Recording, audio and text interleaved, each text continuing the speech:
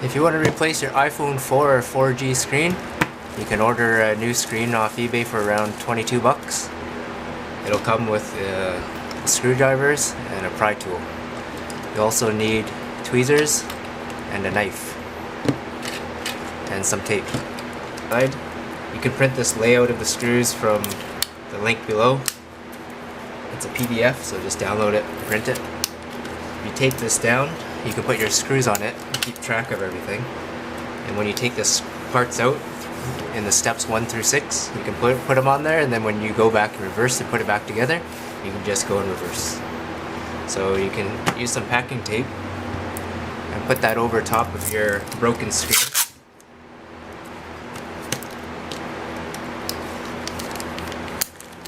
And that will allow the glass to remain stuck onto the screen.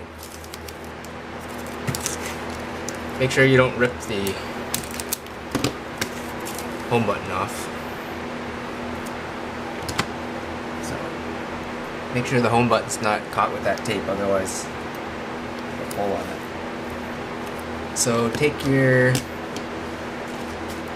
Pentagon Apple screwdriver and remove the 2 bottom screws.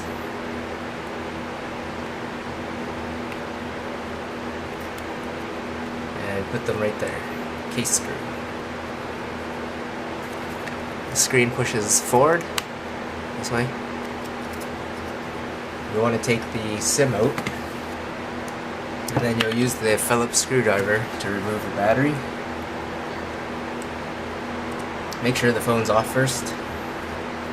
Just pry up on the connector, it'll pop right off, and slowly pull up on this battery release tab. If you pull up too hard, it'll rip, so don't pull too hard. Use the pry tool, slowly pry it up, and it'll just come away. Now you'll want to remove all the screws from top to bottom, because there's a connector here, and that connector will rip if you pull it off first and you rip it. So remove the vibrator motor screws. There's long ones on the left, short ones on the right. Remove the 5 screws from this bracket.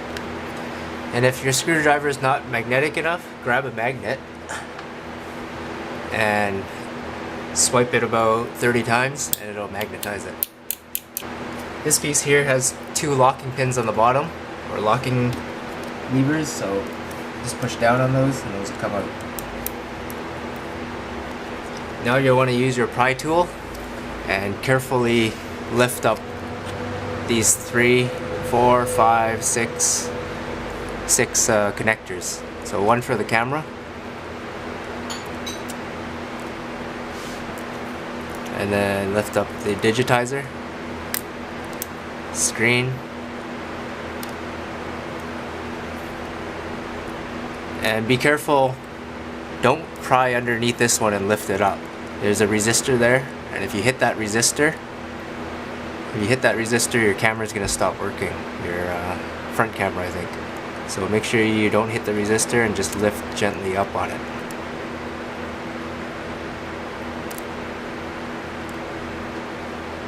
There's a lot of surface mounted resistors there, so don't pry on them and knock them off. So your camera should lift up now. Work your way down to the media connector. It's basically your speaker and everything, and your Apple connector. The speaker also has an antenna connector, so pop that off while you're here.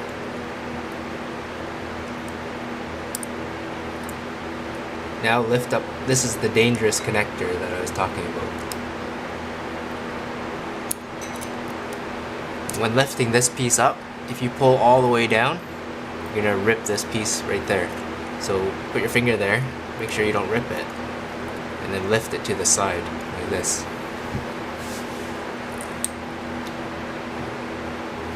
That 90-degree corner right there is where you're gonna rip, so be very careful right there.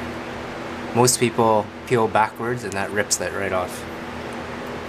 Now that that's clear, take out the 2 screws for the speaker, and that should remove the speaker. And that's why we work from the top down, otherwise we'll rip that thing right out. Speaker comes out, and there's 2 screws holding down the motherboard. That'll be step 4, and one of them has a water sticker on it. If this sticker gets wet, it'll go red. You will also need a flathead to remove the remaining screw on the top. And if your flathead doesn't fit, you can use a file and file it down. Now, once those 2 screws are removed, you can remove the motherboard from the bottom.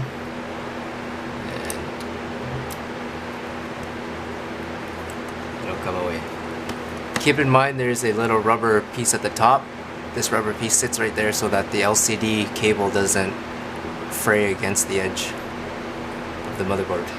Now you'll be ready to remove the 4 corner screws from the screen.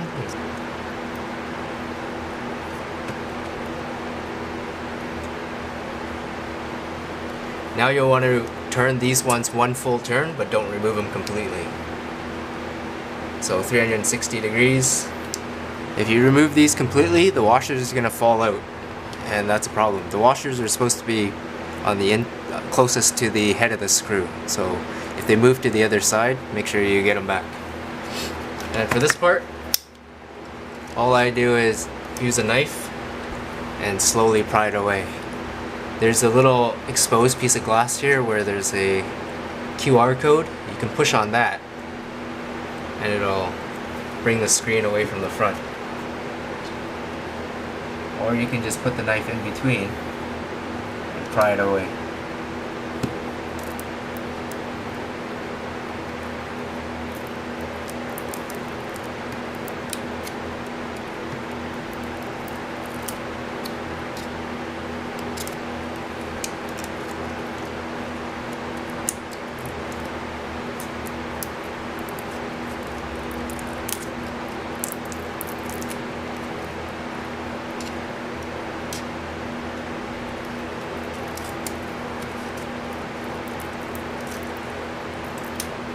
Make sure you don't cut the home button if you're working with the knife on the bottom of the screen.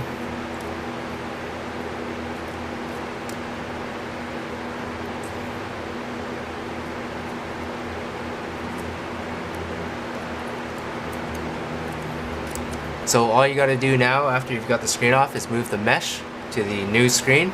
Once you have the mesh on the new screen, you can reapply the new screen just like you took off the other one.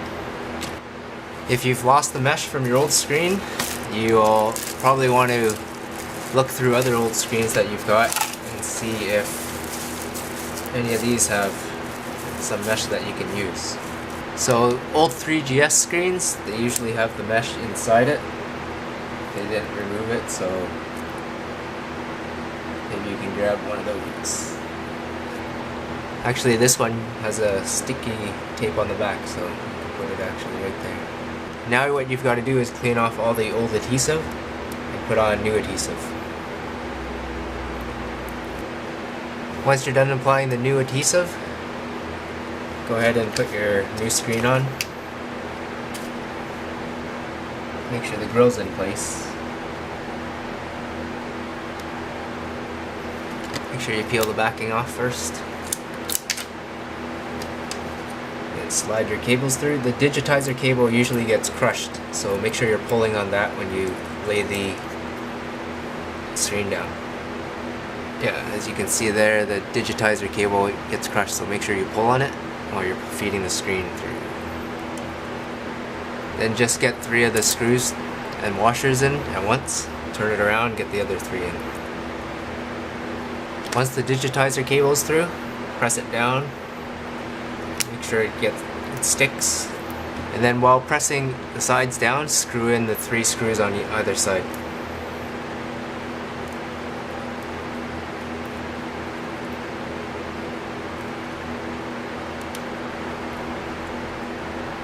And then while pressing the corners down, screw in tight the corners. So now that your screen's on nice and tight, just put the motherboard back in, screw it in. You want to push this down, pull these back, and slide that motherboard in front head front first, top first.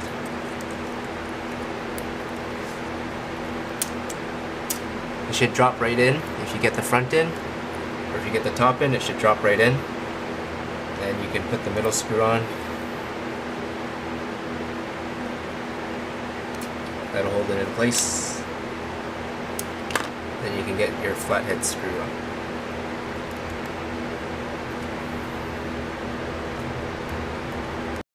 While I'm here, I'm just going to push these connectors down.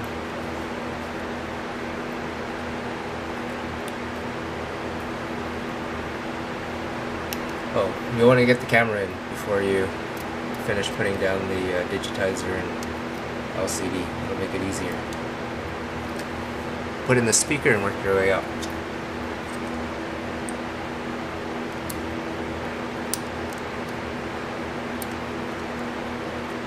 Once you have those clips in, you can take the screw and put it in.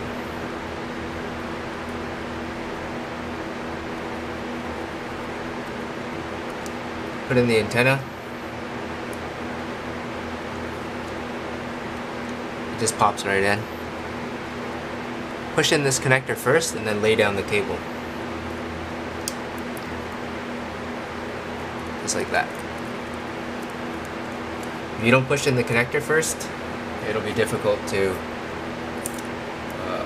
push it in after you've laid down the plastic cable. Put in these two screws and the plate. Take this plate and put it in.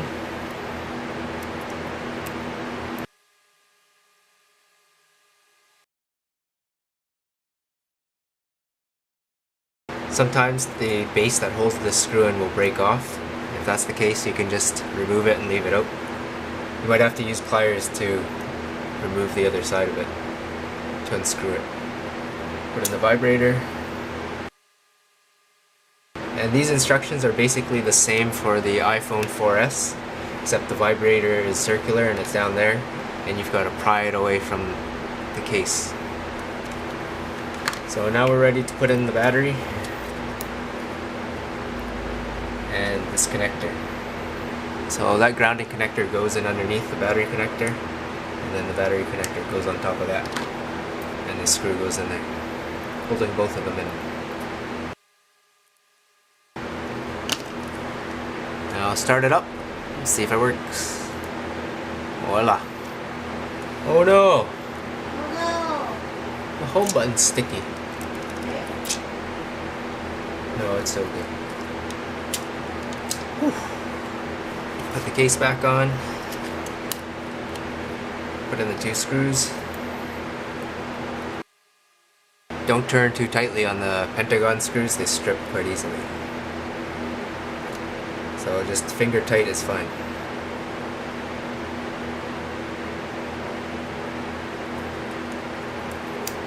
Put back in the SIM card and you're done. So there you go, that's how you replace the iPhone 4 and 4G screens.